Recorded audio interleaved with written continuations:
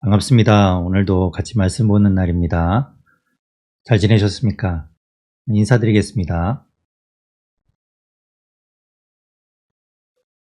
저희 집에 이제 모기장을 설치를 했습니다. 그래서 이제 잘 때 모기 걱정은 없어요. 모기 걱정 없이 아주 그냥 쾌적하게 잘 수 있습니다. 하나님 말씀 보고 우리가 하나님 안에 있는 것도 그런 것 같아요. 처음에는 이게 나를 좀 올가매는 것 아닌가? 내 자유를 좀 억압하는 거 아닌가? 그래서 내 마음대로 좀 못하는 것 아닌가? 이런 생각이 들 수도 있겠지만 사실은 그렇게 울타리가 있고 우리를 하나님께서 지켜주시는 것이 우리가 얼마나 평안하고 우리에게 기쁨이 되고 좋은 것인지 또 나중에 좀 깨닫게 되는 것처럼 모기장이 딱 그런 게 아닌가 이런 생각을 해봅니다.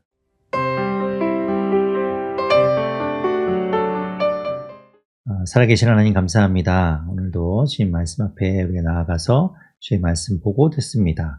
하나님께서 함께 해주시고 우리가 주의 말씀 가운데 깨닫고 그 말씀을 붙드는 시간 되게 하여 주옵소서. 하나님께서 우리에게 허락하신 그 귀한 말씀들을 헛되이 그냥 흘려보내지 않고 하나하나 우리가 잘 담을 수 있는 우리가 되게 하여 주시옵소서. 주님 앞에 모든 것 맡기고 주님께서 함께 해주실 것을 기대하며 예수님 이름으로 기도드립니다. 아멘. 요한 2서 한 장짜리 책이고 서신입니다. 요한 2서의 주제는 요한 1서하고 비슷해요. 요한 1서가 이제 5장으로 되어 있는 서신서였잖아요. 그런데 그것을 한 장으로 축약한 책이 이 요한 2서가 아닌가 싶을 정도로 내용이 유사하고 하지만 굉장히 아주 중요한 이야기만 딱 한 번에 그냥 딱 한 그런 책입니다. 요한 복음도 마찬가지고 요한 1서를 볼 때도 제가 말씀을 드렸지만 요한의 어떤 문체의 특징이라고 한다면 반복이라고 했었어요.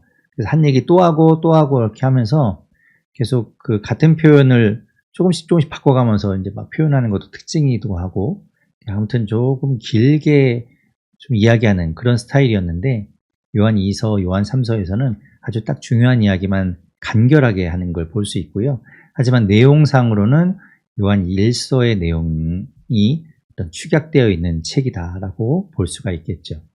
그래서 요한 2서에서 하고 싶은 이야기는 뭔가 하면 거짓 교훈, 거짓 교사들을 조심해라. 그 얘기를 하고 싶었던 거예요. 그래서 그 이야기를 하려고 이제 요한 2서를 쓰는 건데요. 요한 2서는 한 장짜리 책이라서 그 안에 이제 많은 내용들이 담겨 있진 않은데 특징에서도 나와 있듯이 요한복음이나 요한 1서와 아주 유사한 문체를 가지고 있어서 동일한 저자일 것으로 우리가 보고 있고, 근데 이 요한 2서, 요한 3서도 마찬가지지만 특별히 누구라고 자신을 밝히고 있지 않고 그냥 장로인 나는이라고만 자신을 표현합니다. 이제 저자로 자신을 장로라고만 표현하는 것을 볼 수 있는데요. 근데 그만큼 다른 수식어가 없다는 이야기는 그냥 그렇게 보내도 누구든 알 수 있을 만한 인물이라는 거죠. 그 정도로 잘 알려진 인물. 그러니까 우리가 사도 요한이라고 하더라도 전혀 이상할 것이 없죠. 문체도 비슷할 뿐만 아니라 그냥 사도 요한이 나요 라고만 해도 사람들이 알만한 그런 분이잖아요. 그러니까 그렇게 그냥 간략하게 자신을 소개하고 있는 걸 볼 수 있죠. 그리고 또 이 편지의 수신자는 1절에 나와 있는데 택하심을 받은 부녀와 그의 자녀들이라고 되어 있습니다. 그래서 사실은 이 부녀라고 되어 있긴 하지만 이제 여성들을 말해요. 그래서 여성들, 그러니까 택하심을 받은 여인들과 그 자녀들에게 편지한다라고 되어 있고, 그렇게 이제 개인적으로 어떤 여인들과 그 자녀들에게 편지하는 것으로 볼 수도 있겠지만, 사실은 이게 좀 확대되어서 그들이 속해 있는 교회와 그 교회 공동체의 구성원들인 성도들을 향하여 쓰는 편지다라고 이제 보아도 전혀 무방하겠죠. 그래서 이것을 이제 이렇게 개인적인 편지이기도 하지만 그것을 확대해서 충분히 교회에서 우리가 볼만한 책이다 하기 때문에 이렇게 정경 안에 들어와서 우리가 보고 있는 것입니다. 그러니까 교회를 향하여 쓴 편지다라고 볼 수 있겠죠. 요한 2서, 요한 3서 마찬가지지만 요한 1서 이후에 쓰여진 편지인 것으로 보여요. 말씀드린 것처럼 요한 1서의 축약본이라고 한다면 요한 1서가 쓴 다음에 이제 쓰여진 편지 것이라고 우리가 유추할 수 있겠죠. 유추할 수 있는 그런 충분한 근거가 됩니다. 그러나 이제 이 요한 2서 전체적인 내용 안에서는 뭐 저자에 대한 것도 그렇고 연도에 대한 것도 그렇고 우리가 알만한 그런 내용들은 사실 들어있지는 않아요. 우리가 이게 여러 가지 정황상 본다고 한다면 요한 1서와 이제 비슷한 시기에 쓰여졌을 것이고, 그렇다면 90년 중반 이후에 이제 쓰여졌지 않겠는가 이렇게 보고 있습니다. 뭐 기록된 장소도 알 수 없지만 사실 지난 시간에도 말씀드린 것처럼 요한 1서도 쓴 곳이 이제 에베소일 것으로 보았는데, 사도 요한이 주로 활동하던 곳이 이제 에베소였기 때문에 그 에베소에서 쓰지 않았을까라고 이제 보는 것이죠. 내용을 살펴보자면 뭐 한 장으로 되어 있는 책이니까, 근데 안에 내용이 뭐 이렇게 딱 나누기에도 애매해요. 사실 뭐 이렇게 쭉 그냥 우리가 읽어보면 알 수 있는 내용이긴 한데요. 뭐 인사 양 머리와 이제 끝에 들어가게 되고 중간에 이제 본론이 들어가게 되는데, 하나님의 계명을 잘 지키고 또 거짓 교사들을 주의하라 뭐 이런 이야기로 꾸며져 있습니다. 요한 2서의 특징이라고 한다면 짧은 책입니다. 신약에서도 가장 절수가 짧은 책이에요. 13절로만 되어 있는 책이니까 가장 짧은 책이고, 또 그리고 이렇게 왜 이렇게 한 장으로 되어 있는 짧은 책인가, 당시에 이제 파피루스 아시죠? 파피루스에다가 쓰려면 파피루스 한 장에 딱 떨어지는 양이 요 정도였던 것으로 보여요. 그래서 요한 2서도 요한 3서도 딱 그 정도 분량으로 이제 쓴 것이겠죠. 그리고 뭐 말씀드렸듯이 요한 1서의 어떤 축약본으로 보기도 하고, 결국에는 이 거짓 교사들을 주의하고 그들을 멀리하라 이런 것을 권면하기 위한 편지입니다. 뭐 짧은 내용이니까 또 개관도 맞춰서 좀 짧게 우리가 볼 수 있죠. 네, 1절에 보면 장로인 나는 이라고 말씀드렸듯이 이제 저자를 밝히고 있는데, 다른 수식어나 이름을 말하지 않은 것으로 보아서 굉장히 누구나 잘 알려진 사람이라는 걸 알 수 있고, 그리고 또 교회의 어른이라는 것을 알 수 있죠. 그리고 수신자가 이제 택하심을 받은 부녀와 그의 자녀들에게 편지한다라고 이야기하고 있습니다. 그 택하심을 받은 자매들 그리고 그의 자녀들에게 쓰고 있는 건데요. 결국에는 이제 교회와 교회 공동체 안에 있는 성도들에게 쓴 편지라고도 우리가 볼 수 있는 것이죠. 그들을 향하여 이제 이 저자는 이야기하기를 내가 참으로 사랑한다라고 이야기해요. 내가 참으로 사랑하는 자라고 이야기하면서 나뿐만 아니라 진리를 아는 모든 자도 당신들을 사랑한다라고 이제 이야기하는 거죠. 근데 그렇게 사랑하는 건 어떤 뭐 다른 우리가 세상의 사랑처럼 그런 사랑이 아니라, 여기서 이야기하는 사랑은 2절에 있는 것처럼 우리 안에 거하여 영원히 우리와 함께할 진리로 말미암아서 사랑한다라고 이제 말하고 있는 거예요. 우리와 함께하고 있는 진리, 하나님의 말씀과 하나님으로부터 우리가 얻게 되는 그 진리를 통해서 사랑을 하게 되는 것이죠. 형제 자매인 우리 모두가 이제 사랑의 관계를 이루어가는 거죠. 그래서 그 안에서 우리가 사랑하고 있다라는 걸 밝히고 있고요. 3절에 보면 은혜와 긍휼과 평강이 하나님 아버지와 아버지의 아들 예수 그리스도로부터 진리와 사랑 가운데서 우리와 함께 있으리라 라고 이야기하면서 은혜와 긍휼과 평강을 이제 이야기하고 있어요. 사도 바울의 서신에서는 은혜와 평강을 이야기했었는데, 여기에서는 그렇게 이제 은혜와 긍휼과 평강을 이야기하죠. 요한 1서에서는 뭐 그런 내용도 없었고 바로 이제 본론으로 들어갔었는데, 요한 2서에서는 그렇게 은혜와 긍휼과 평강을 이야기하는 걸 볼 수 있습니다. 사도 바울의 편지에서도 디모데 전서나 디모데 후서에서는 사도 바울이 은혜와 평강만을 이야기하는 것이 아니라 은혜와 긍휼과 평강을 빌어주는 그런 이야기가 있었습니다. 그런 걸 본다면 사도 바울이 이제 일반적으로 교회에 쓰는 편지들에는 은혜와 평강, 하지만 이제 디모데 전서 후서와 같이 디모데를 향하여 개인적으로 쓴 서신에서는 또 은혜와 긍휼과 평강이라고 해서 긍휼을 더 추가한 걸 볼 수 있는데요. 뭐 이렇게 좀 뭐 딱 그렇게 보긴 좀 어렵지만 아무튼 이렇게 좀 개인에게 보낼 때는 이렇게 더 마음을 더 썼던 것으로 그만큼 더 사랑하는 디모데에게 바울이 특별한 마음을 갖고 있는 것처럼 요한 2서에서도 또 그만큼 더 사랑하고 참으로 사랑한다고 1절에 이야기하는 것처럼 그 사랑하는 성도들에게 이렇게 은혜와 긍휼과 평강을 또 빌어주고 있는 걸 볼 수 있죠. 축복을 합니다. 그리고 이제 4절부터 11절에 본격적인 이야기를 하고 있는데요. 4절부터 6절에는 이제 그들을 향한 하나님 안에서 그들이 잘하고 있는 것을 이제 이야기하고 있고 또 그러면서 권면하는 내용을 볼 수 있습니다. 4절에 보면 너희 자녀들 중에 그러니까 지금 이 편지를 받는 그 자녀들 중에 아버지께 받은 계명대로 진리를 행하는 자가 있는 것을 내가 보았다. 그러니 내가 심히 기쁘다라고 이야기하고 있어요.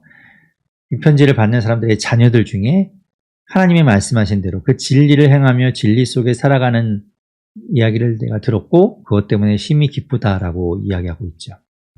그러면서 이제 5절에 부녀여 이제 그 편지를 받는 사람들에게 권면하죠. 내가 이제 네게 구하노니 서로 사랑하자라고 말해요. 사랑하자. 이는 새 계명같이 내게 쓰는 것이 아니요 처음부터 우리가 가진 것이라. 6절에 보면 또 사랑은 이것이니 우리가 그 계명을 따라 행하는 것이요. 이 부분만 보면요. 요한 1서에서 우리가 보았던 내용을 떠올리게 합니다. 그 내용이 겹쳐지는 걸 볼 수 있어요. 요한 1서 2장, 5장 같은 데 내용에 보면 2장 7절, 8절에 보면 그 이야기했죠. 계명을 이야기하면서 내가 새 계명을 너희에게 쓰는 것이 아니라 처음부터 가진 옛 계명이고 옛 계명은 너희가 들은 거고 또 그렇지만 새 계명을 쓴다라고 이야기하면서 이렇게 좀 어떻게 보면 헷갈리는 그런 뉘앙스로 이제 들렸던 그 이야기를 했는데요. 오늘 이제 이 본문에서도 그런 이야기를 하는 거죠. 5절, 6절에 보면 새 계명같이 내게 쓰는 것이 아니요 처음부터 우리가 가진 것인데 6절에 보면 우리가 그 계명을 따라 행하는 것이요 계명은 이것이니 하면서 또 새로운 계명을 이야기하고 있죠. 그렇게 이제 옛 계명, 새 계명을 이렇게 막 이야기하는 걸 볼 수 있습니다. 요한 1서에서 했던 내용들을 반복해서 이야기하고 있죠. 그리고 오늘 본문에도 나와 있듯이 6절에 그 계명을 따라 행하는 것 그것이 중요한 것을 이야기했었는데 요한 1서 5장에서도 3절에 그런 이야기했습니다. 하나님을 사랑하는 것, 사랑은 그거다. 계명을 지키는 것이 사랑이다라고 했었어요. 그런데 오늘 본문의 6절에서 그 이야기를 또 하고 있는 거죠. 사랑은 이것이다. 우리가 그 계명을 따라 행하는 것이다 라고 이야기함으로 인해서 사랑이라는 것이 결코 어떤 감정으로 끝나는 것이 아니라 우리의 행동으로 우리가 그 말씀을 지키고 계명을 따르는 것으로 그것이 사랑에 나타나는 한 부분이라는 걸 보여주고 있습니다. 그래서 그 이야기를 하고 있고 7절부터 이제 적그리스도, 이제 거짓 교사들에 대한 이야기를 하고 있는데요. 7절에 보면 미혹하는 자가 세상에 많이 나왔다라는 이야기를 하고 있고 이는 예수 그리스도께서 육체로 오심을 부인하는 자라고 이야기합니다. 요한 1서 때 우리가 보았듯이 어떤 지금 이때가 영지주의 이단이 아직 생기기 전이긴 하지만 그런 조짐을 보고 있는 것이죠. 영과 육을 이분법적으로 나누어서 육은 추하고 악하고 더러운 것, 영은 좋은 것, 선한 것 이렇게 딱 분리를 해서 하나님은 영이시기 때문에 선하고 좋은 분이지만 이 땅에 육체로 더러운 옷을 입고 이 땅에 올 수 없다라고 이제 생각했던 그런 이단들이 생겨나기 시작했는데 그런 거짓 선지자들, 거짓 교사들의 가르침 여기서도 이야기하는 거죠. 예수 그리스도께서 육체로 오심을 부인하는 것. 그런 자들을 적 그리스도로 이야기하고 미혹하는 자라고 7절에 밝히고 있는 겁니다. 요한 1서 4장에서 이제 그런 이야기 했었어요. 거짓 선지자가 세상에 나왔다. 세상에 많이 나올 것이고 나왔다라는 이야기하고 있고 또 그들이 이야기하는 거는 예수 그리스도께서 육체로 오신 것을 부인하는 것. 그래서 시인하는 영마다 하나님께 속한 것이다 라고 이야기하고 있죠. 그래서 이제 이렇게 예수를 시인하지 않는, 예수 그리스도께서 이 땅에 육으로 오신 것을 시인하지 않는 자들이 적 그리스도의 영을 받은 자들이다. 라고 이야기했었어요. 그리고 세상에 벌써 있다라는 이야기 했었는데 오늘 본문에 이제 7절에 그 이야기를 하고 있는 것이죠. 그래서 이제 8절부터 이제 또 이어지는 것이 너희는 스스로 삼가라, 조심하라 이야기하는 거예요. 우리가 일한 것을 잃지 말고 오직 온전한 상을 받으라. 그래서 우리가 받은 교훈대로 행하고 그 가르침을 잊지 말라고 이야기하는 것이죠. 그래서 9절에 보면 지나쳐서 그리스도의 교훈 안에 거하지 아니하는 자는 다 하나님을 모시지 못하되 교훈 안에 거하는 그 사람은 아버지와 아들을 모시느니라 라고 이야기하면서 하나님 말씀 안에 그 교훈 안에 머물고 그 교훈을 따라 살아가느라고 이야기하고 있습니다. 10절에 보면 누구든지 이 교훈을 가지지 않고 너희에게 나아가거든. 그러니까 앞에서 이야기한 7절에 있는 것처럼 지금 이 사도가 전하는 교훈이 아니라 다른 교훈, 즉 그리스도께서 이 땅에 육체로 오시지 않았다고 그 육체로 오심을 부인하는 자들, 그런 잘못된 교훈을 가지고 너희에게 나아가는 사람들은 집에 들이지도 말고 인사도 하지 말라고 이야기하고 있어요. 그러니까 상종하지 말라는 거예요, 한마디로. 괜히 그렇게 그런 사람들을 설득하기 위해서 우리가 기도하고 또 그들을 품어주고 사랑해야 하긴 하겠지만 그들과 함께 섞여서 그들과 같이 또 어울리는 것은 삼가라고 이야기하는 거죠. 왜냐하면 그들이 워낙 이제 미혹해 하기 위한 목적으로 접근하기 때문에 잘못하다가는 우리가 더 다치기 쉽기 때문에 그래요. 디도서 3장 10절에서도 이단에 속한 사람을 한두 번 훈계한 후에 멀리하라라는 이야기 있었어요.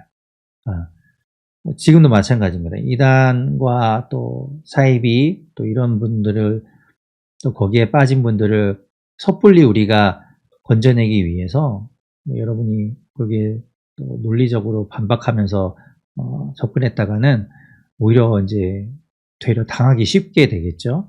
그래서 그런 것을 위해서 좀 준비되어 있고 또 성경을 잘 알고 공부한 사람들과 같이 함께 해야 합니다.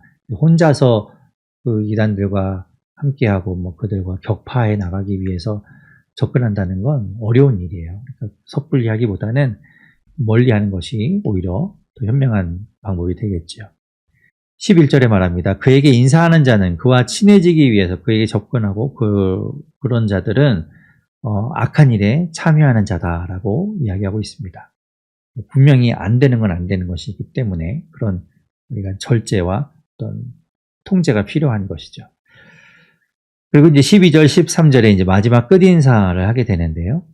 12절에 보면 내가 너에게 쓸 것이 많으나 종이와 먹으로 쓰기를 원하지 아니하고 오히려 너희에게 가서 대면하여 말하려 하니 라고 이야기하는 걸 보면 이 지금 사도 요한이 이 편지를 받는 그 교회에 그곳에 있는 부녀와 자녀들을 향하여 거기에 방문하고 싶다, 방문하려고 한다. 그래서 내가 가게 되면 함께 얼굴을 마주하고 같이 이야기를 나누자라고 방문에 어떤 예정되어 있는 방문을 소망하는 것을 밝히고 있습니다. 그래서 그것을 통해서 너희 기쁨을 충만하게 하려 한다라고 이야기하고 있어요.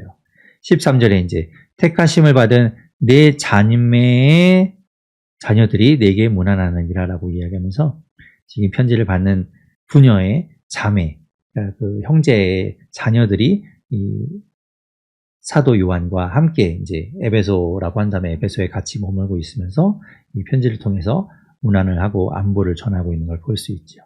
요한 3서도 역시 저자는 장로인 그러니까 요한 2서 때와 마찬가지로 사도 요한일 것으로 봅니다. 그래서 이제 같은 저자로 보고 있고요.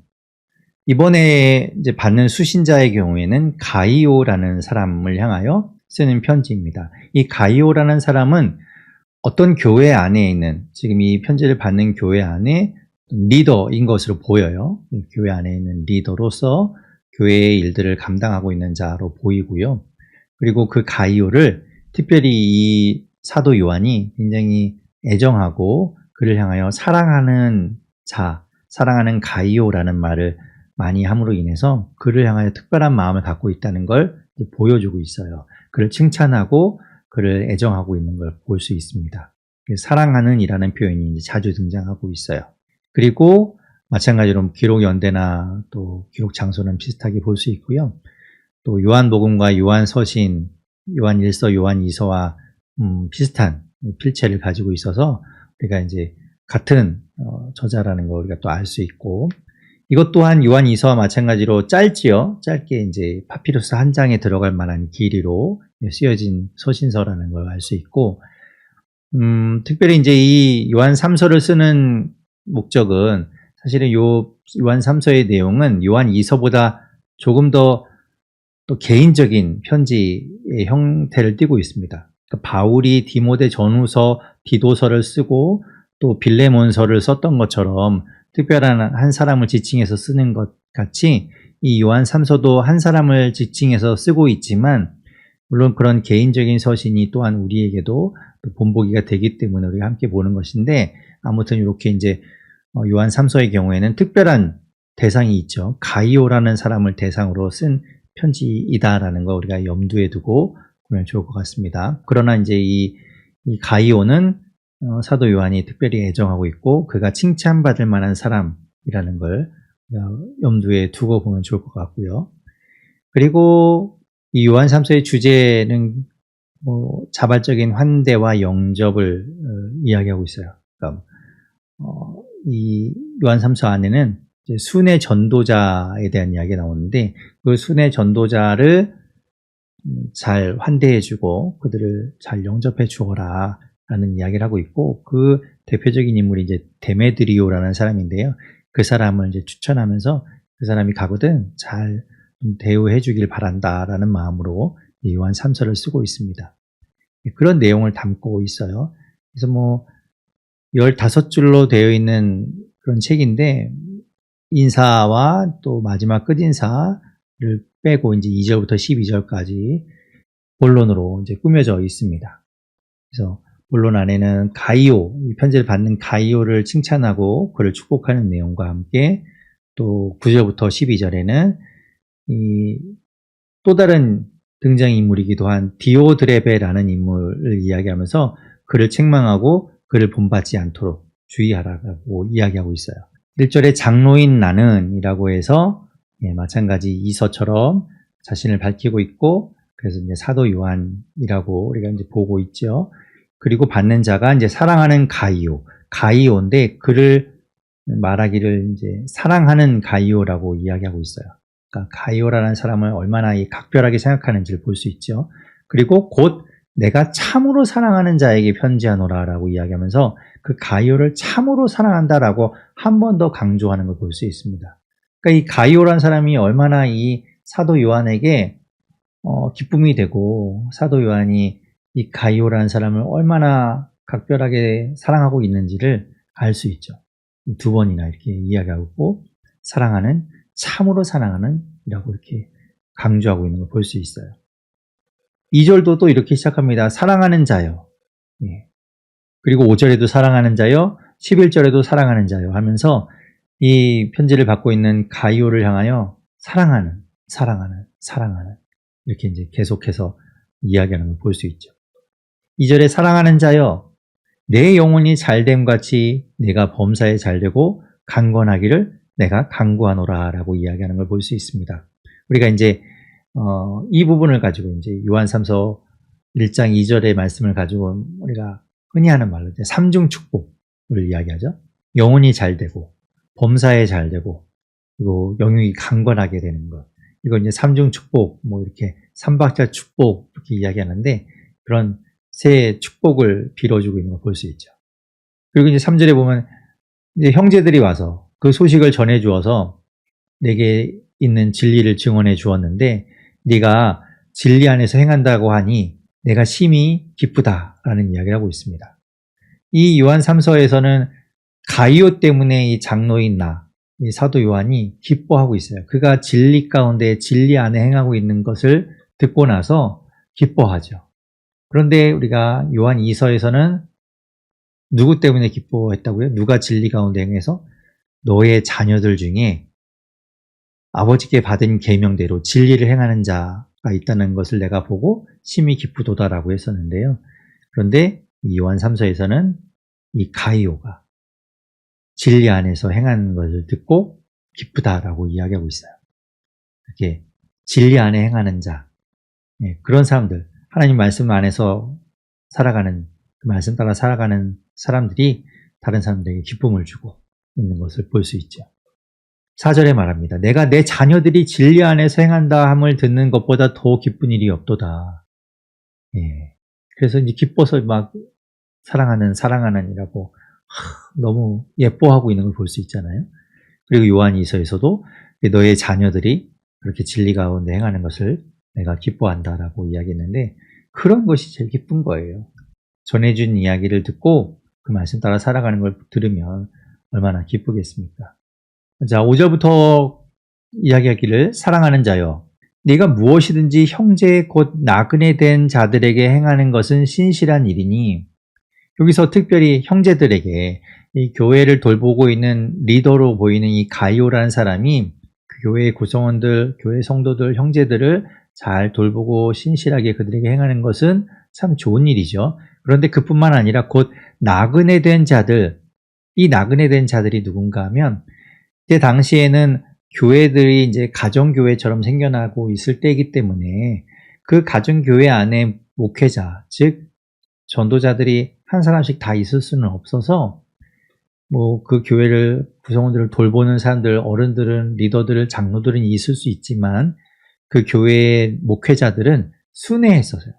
사도 바울이 그랬듯이 이렇게 여러 군데를 한 번에 이렇게 여러 군데를 다니면서 그 곳에 갔을 때 하나님의 말씀을 가르쳐주고 또 예수님에 대해서 가르쳐주고, 그래서 이제 그들을 돌보고 함께 있으면서 그들의 어려운 것들을 함께 해결해주고, 또 그러다가 또 다 어느 정도 되면 또 다음 마을로 가고 이러면서 이제 순회하는 전도자들이 있었거든요.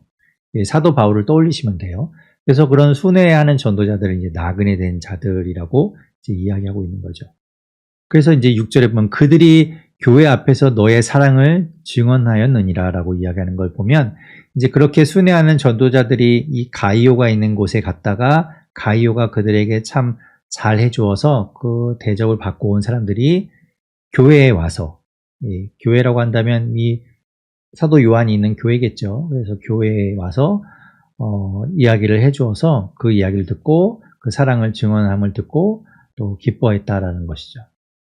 6절 중간에 보면 내가 하나님께 합당하게 그들을 전송하면 좋으리로다 라고 이야기하고 있어요. 그래서 그렇게 하는 것들을 칭찬하고 있는 거죠.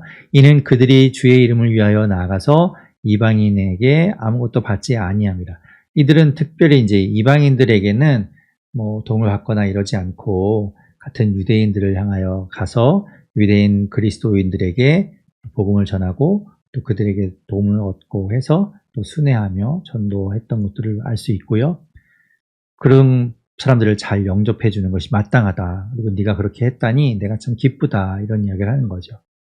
그런데 이제 그 가이오가 그렇게 영접하고 잘 해주었던 것과는 반대로 이 디오드레베라는 사람이 등장하는데, 이 사람은 가이오와 전혀 다른 행태를 보이고 있어요.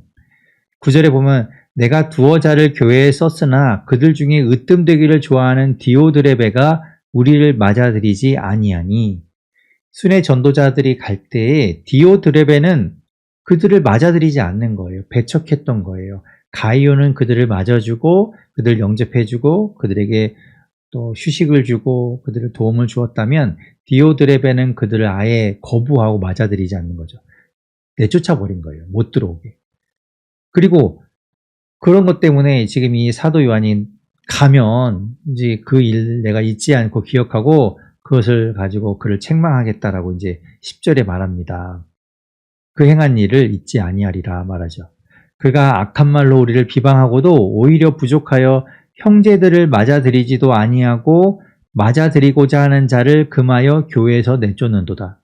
이 디오드레베가 그러니까 교회에서 어느 정도 영향력이 있는 리더였어요. 가이오처럼. 그래서 디오드레베가 교회에 순회 전도자가 오는 것들을 배척했고 막았고요. 그리고 자기뿐만 아니라 교회 안에서 성도들이 그렇게 순회 전도자를 받는 것을 금하고 그렇게 하는 사람들을 내쫓았다는 거예요.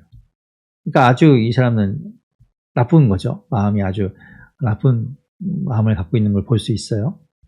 그래서 11절에 이 사랑하는 자 가이오가 그런 거 본받지 말라고 이야기합니다. 악한 것을 본받지 말고 선한 것을 본받으라.